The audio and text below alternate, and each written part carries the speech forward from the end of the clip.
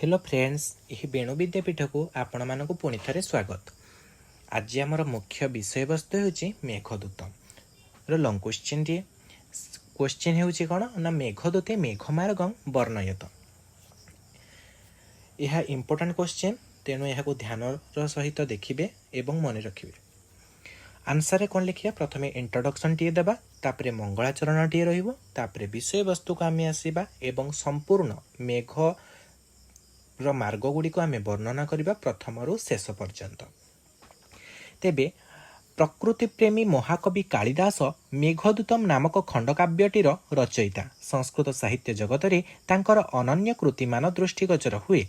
कवि मानकर मध्यरे कालिदास श्रेष्ठ, तेणु कहुए पुष्पेषु जाति, नगरेषु कांची, नारीषु रंभा, पुरुषेषु विष्णु, नदीषु गंगा, क्षितिपेषु राम, काव्येषु माघ, कवि कालिदास। एही रसयुक्त खंडकाव्यर निर्विघ्न परिसमाप्ति निमंते मंगलाचरण गान कराଯାଇଛି। तेरे मंगलाचरण साधारणतः तीन प्रकार रही थे। यह आप लिखिपारे जे मंगलाचरण साधारणतः तीन प्रकार रही थे: आशीर्वादात्मक, वस्तु निर्देशात्मक एवं नमस्कारात्मक। तेबे एठारे वस्तु निर्देशात्मक मंगलाचरण गान कराଯାଇଛି। तेबे से मंगलाचरणटी कौन? कश्चित्कांता विरह कुरुणा स्वाधिकार प्रमत्तः सापेनस्तंगमित महिमा वर्षभग्येन भर्तुः जख्यश्चक्रे जनकतनया स्नान पुण्यतकेषु स्निग्धच्छाया तरुषु वसति रामगिर्जश्रमेषु। तेबे अभिशप्त नाम उच्चारण शास्त्र विरुद्ध बोली कवि एठारे जक्षर नाम उल्लेख करि नाहांती। जेहेतु जक्ष अभिशप्त थिले, तेणु एठारे तांकर नाम उल्लेख करा जाय नाही। कोनसे एक अनामधेय जक्ष प्रिया विरहरे विरहित हेबा कारणरू स्वकर्तव्य अवहेला प्रदर्शन करी अभिशापवशतः रामगिरी स्थित आश्रम मानकर बास करुथिला। प्रिया निकटकू संदेश प्रेरण निमंते मेघ को दूत करिबार इच्छा प्रकट करिछि। कारण कामार्थ व्यक्ति निमंते चेतन एवं अचेतन मध्य पार्थक्य जना पड़ी न थाए। तेणु कवि कहिछंती धूम ज्योति सलिल मरुत सन्निपात क्वमेकः संदेशार्थ कपट्टुकरणै प्राणिभिः प्राणनीयः इत्यस्तुक्य दपरिगणयन् गृह्यकस्तंगीयाचे कामार्ता हि प्रकृति कृपणा चेतना चेतनेषु।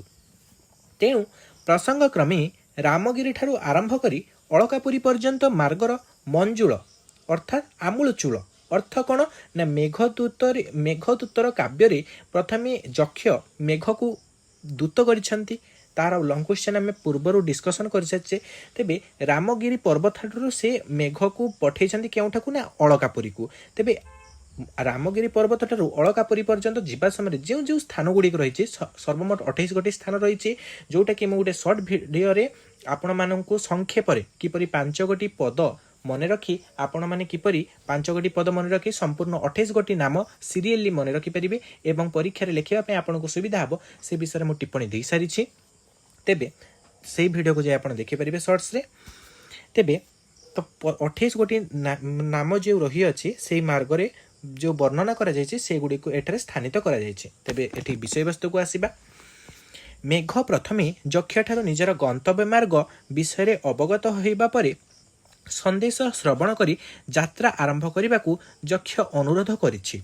हे मेघ, सर्वाग्रे रामगिरी पर्वत को आलिंगन करी यात्रा आरंभ करिबो। एहा परी उत्तर अभिमुखे मेघ प्रथमे आम्रकूट पर्वत को गमन करिबो। कविंकर लिखनी त्वामा सारं प्रशमित बनी पप्लव साधु मुद्ना वक्षत्वध्य श्रम परिगतं सानुमानाम्रकूटः नक्षोद्रपि प्रथम सुकृता प्रेक्षया संश्रयाय प्राप्ते मित्रे भवति विमुख किं पुनर्जस्तथच्चैः। आम्रकूट पर्वतरु पूर्व उपकार निमंते आतिथ्य ग्रहण करिब। पक्व आम्रफलयुक्त वृक्ष राज्य परिवेष्टित होई पांडुर वर्ण धारण करिथिबो। सेठारु गति करी मेघ विंध्य पर्वतर पाददेशरे प्रवाहमान गजर चित्रबली सदृश आस्तरण भली प्रतीयमान हेउथिबा रेबा नदी को अवलोकन करिबो। तेणु कवि कहिले रेबांग द्रक्ष्यशुपल विषमी विंध्य पादे विशीर्णा भक्ति तच्छेदरैव विरचितां भूतिमंगा गजस्य। यह श्लोक 4 पद अच्छी, मु किंतु एठारे 2 पद देइछि जोटा कि पिला मानकु मन रखिया पे सुविधा हबो बोली। ରେବା ନଦୀର ଜଳପାନ କରି ମେଘ ଦଶାର୍ଣ୍ଣ ଦେଶରେ ଉପନୀତ ହେବ। ମେଘର ସାନ୍ନିଧ୍ୟ ଲାଭ କରି ଦଶାର୍ଣ୍ଣ ହେବ ଉତ୍ଫୁଲ୍ଲିତ। ଏହାପରେ ମେଘର ଗତିପଥରେ ଆସିବ ନଦୀ ନାୟିକା ବେତ୍ରବତୀ। ମେଘ କାମୁକତ୍ୱ ପ୍ରାପ୍ତ ହୋଇ ତାହାର ଚଞ୍ଚଳ ତରଙ୍ଗାୟିତ ଅଧରକୁ ପାନ କରିବା ପାଇଁ ଯକ୍ଷ ସୂଚନା ଦେଇଛନ୍ତି। ତାପରେ ମେଘ ନିଚେଇ ପର୍ବତରେ ବିଶ୍ରାମ ଗ୍ରହଣ କରିବ। ତ ଟ୍ରିକ୍ ଅନୁସାରେ ରାବି ନଦ ବେ, ତାପରେ ରାବି ନଦ ବେ ସରିଗଲେ 6ଟି ଜାଗା। ତାପରେ ଆସିଲା କ'ଣ? ନ୍ୟୁନିୟସୀ। ନ୍ୟୁନିୟସୀର ପ୍ରଥମ କ'ଣ ନା ନିଚେଇ ପର୍ବତ। ତେବେ ନିଚେଇ ପର୍ବତରେ ବିଶ୍ରାମ ଗ୍ରହଣ କରିବ। ମେଘର ସାନ୍ନିଧ୍ୟ ଲାଭ କରି ତତ୍ରସ୍ଥ କଦମ୍ବ ପୁଷ୍ପ ଗୁଡ଼ିକ ପ୍ରସ୍ଫୁଟିତ ହେବା ଫଳରେ ସେହି ପର୍ବତ ମନମୁଗ୍ଧକର ପ୍ରତୀୟମାନ ହେଉଛି। ସେହି ପର୍ବତକୁ ଅତିକ୍ରମ କରି ମେଘ ମାର୍ଗ ବକ୍ର ହେଲେ ମଧ୍ୟ ଧରା ସ୍ୱର୍ଗ ଉଜ୍ଜୟିନୀ ଅଭିମୁଖେ ଅଗ୍ରସର ହେବ। କାରଣ ଉଜ୍ଜୟିନୀରେ କିଏ ଅଛନ୍ତି? ଆମର ମହାକାଳ। ତେବେ ଏହି ଉଜ୍ଜୟିନୀରେ ମେଘ ନଦୀ ନାୟିକା ନିର୍ବିନ୍ଧ୍ୟାର ସହଚର୍ଯ୍ୟା ଲାଭ କରିବ। ଅବନ୍ତୀ ଦେଶରେ ବୃଦ୍ଧ ଲୋକମାନଙ୍କର ଉଦୟନଙ୍କର କଥା ବଖାଣୁଥିବେ। ଅବନ୍ତୀ ଦେଶରେ ଯେଉଁ ବୃଦ୍ଧ ଲୋକମାନେ ବସିଥିବେ ସେମାନେ ରାଜା ଉଦୟନଙ୍କର କଥା ବଖାଣୁଥିବେ, ସେମାନଙ୍କୁ ଶୁଣିବ। ଏହାପରେ ରାଜଧାନୀ ଉଜ୍ଜୟିନୀ ଧନ ସମ୍ପଦରେ ଭରପୁର, ତେଣୁ ଉଜ୍ଜୟିନୀ ନଗରୀକୁ ନିଶ୍ଚିତ ଗମନ କରିବ। ମେଘ ତତ୍ପରେ ଶିପ୍ରା ନଦୀ ସଂସ୍ପର୍ଶରେ ଆସିବାର ସୌଭାଗ୍ୟ ଲାଭ କରିବ। କବିଙ୍କର ଭାଷାରେ କ'ଣ କୁହାଯାଇଛି? ୟତ୍ର ସ୍ତ୍ରୀଣାଂ ହରତି ସୁରତ ଗ୍ଲାନି ମଙ୍ଗାନୁକୂଳଃ ଶିପ୍ରାବାତ ପ୍ରିୟତବ ଇବ ପ୍ରାର୍ଥନା ଚାଟୁକାରଃ। ପ୍ରାତଃ କାଳରେ ଶିପ୍ରା ନଦୀର ଶୀତଳ ଜଳରେ ସ୍ନାନରତ ନାୟିକା ମାନଙ୍କର ବର୍ଣ୍ଣନା ନିମନ୍ତେ କବିଙ୍କର ଲେଖନୀ ଚଞ୍ଚଳ ହୋଇ ଉଠିଛି। ପଦ୍ମରାଗ ତଥା ଜଳକ୍ରୀଡ଼ା ଆସକ୍ତ ତରୁଣୀମାନଙ୍କର ବ୍ୟବହୃତ ଚନ୍ଦନ ଆଦି ଦ୍ୱାରା ସୁବାସିତ ଗନ୍ଧବତୀ ନଦୀରୁ ବହି ଆସୁଥିବା ପବନ ଦ୍ୱାରା ମହାକାଳ ମନ୍ଦିର ଚତୁଃପାର୍ଶ୍ୱ ପ୍ରକମ୍ପିତ ହେଉଥିବ। ଉଜ୍ଜୟିନୀରେ ବିଦ୍ୟମାନ ତ୍ରିଭୁବନ ପତି ମହାକାଳଙ୍କର ସନ୍ଧ୍ୟା ପୂଜନ ସମ୍ପାଦନ କରିବ। ରାତ୍ରି ଯାପନ କରି ପ୍ରତ୍ୟୁଷ ଅର୍ଥାତ୍ ପ୍ରାତଃ କାଳରେ ସୂର୍ଯ୍ୟ କିରଣ ଧରାପୃଷ୍ଠରେ ସ୍ପର୍ଶ କରିବା ପୂର୍ବରୁ ଅର୍ଥାତ୍ ଭୋର ସମୟରେ ମେଘ ନିଜର ଗତିପଥରେ ଅଗ୍ରସର ହୋଇବ। ସର୍ବାଦୌ ନଦୀ ନାୟିକା ଗମ୍ଭୀର ସାନ୍ନିଧ୍ୟ ଲାଭ କରିବ। ତା ସହ ମିଳିତ ହୋଇ ମେଘ ଦେବଗିରି ପର୍ବତରେ ଉପନୀତ ହେବ। ଏଠାରେ ଦେବ ସେନାପତି କାର୍ତ୍ତିକେୟଙ୍କୁ ଅଭିଷିକ୍ତ କରି ମେଘ ରନ୍ତି ଦେବଙ୍କର ଅମର କୀର୍ତ୍ତି ଚର୍ମନ୍ୱତୀ ନଦୀକୁ ସମ୍ମାନ ପ୍ରଦର୍ଶନ କରିବ। ସେଠାରୁ ଗତି କରି ଅମ୍ବୁଦ ଦଶପୁରରେ ଉପନୀତ ହେବ। ସେଠାରେ ନାୟିକାମାନଙ୍କ ଦ୍ୱାରା ଅବଲୋକିତ ହୋଇ ସେ ବ୍ରହ୍ମବର୍ତ୍ତକୁ ଛାୟା ରୂପରେ ଅତିକ୍ରମ କରି ମହାଭାରତ ପ୍ରସିଦ୍ଧ କୁରୁକ୍ଷେତ୍ରରେ ପଦାର୍ପଣ କରିବ। ରକ୍ତ ଅଭିଷେକମୟ କୁରୁକ୍ଷେତ୍ରକୁ ଅତିକ୍ରମ କରି ମେଘ ସରସ୍ୱତୀ ପବିତ୍ର ଜଳକୁ ପାନ କରି ଅନ୍ତଃକରଣରେ ପବିତ୍ର ହୋଇଯିବ। ଏହାପରେ କନଖଳରେ ପତିତ ପାବନୀ ମନ୍ଦାକିନୀ ମେଘର ଗତିପଥରେ ଦୃଶ୍ୟମାନ ହେବ। ଗଙ୍ଗାର ନିର୍ମଳ ଜଳରାଶିରେ ମେଘ କୃଷ୍ଣବର୍ଣ୍ଣ ଛାୟାରେ ଗଙ୍ଗା ଓ ଯମୁନାର ମିଳନ ସ୍ଥାନ ଭଳି ଦେଖାଯାଇଛି। ଏଠାରୁ ଅଗ୍ରସର ହୋଇ ମେଘ ହିମାଳୟରେ ଉପନୀତ ହେବ।